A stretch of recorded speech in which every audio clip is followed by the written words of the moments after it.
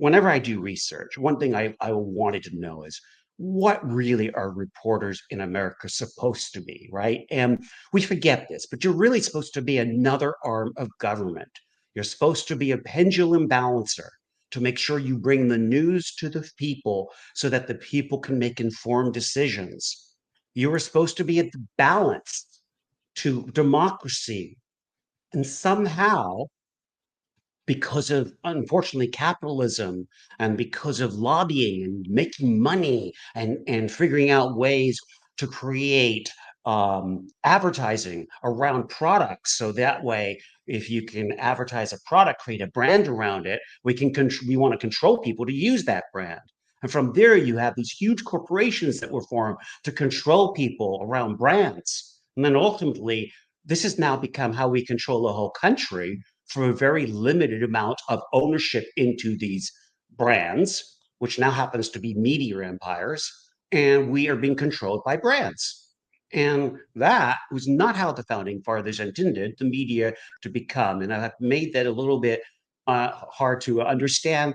What I'm really saying in a very simple way is that the media has an agenda because it's a brand and the brand needs to sell you something. And that's where we're at. And we're no longer thinking for ourselves. We just got brands telling us what they want us to think.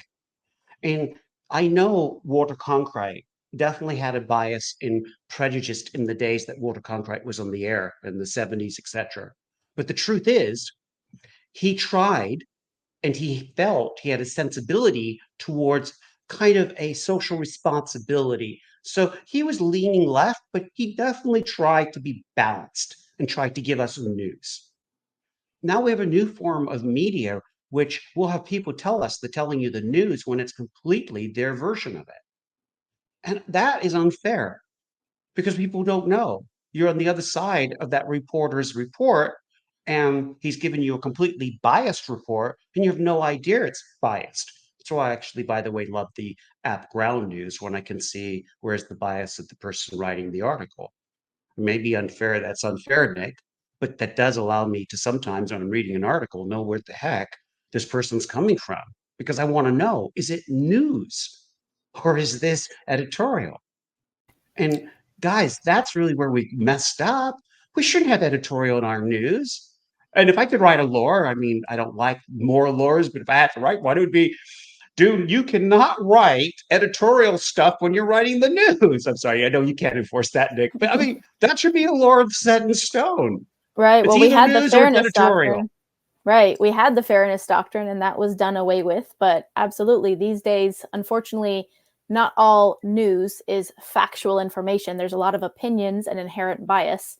And like you said, sponsored narratives. And that can be dangerous when people consider that factual sources of information. Thomas Jefferson said that the most important thing for a democracy is newspapers. But at this point, the fourth estate, which is the media, 90% of the media is owned by six corporations. That's another place where the Congress has really betrayed us, is they've allowed these titanic media conglomerates to exist. And those corporations exist because the government allows them to exist. They can be broken up with the Sherman Antitrust Act at any time. The media has become a mess. We have this kind of illusion of choice, but really we don't, because there are very few corporations crafting what we see. Absolutely. Thank you, Nick. Oof.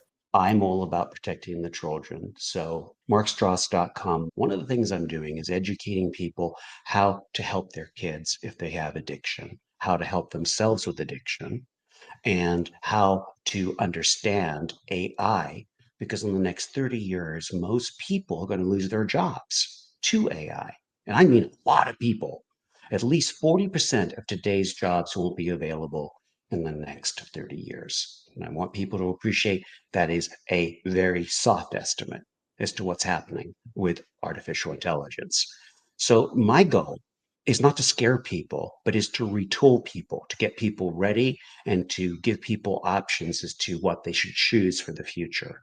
So between those two things, preparing our children for the future with AI, also protecting our children and protecting their innocence, That's the number one thing I want to do with the rest of my life force, whatever I've got left.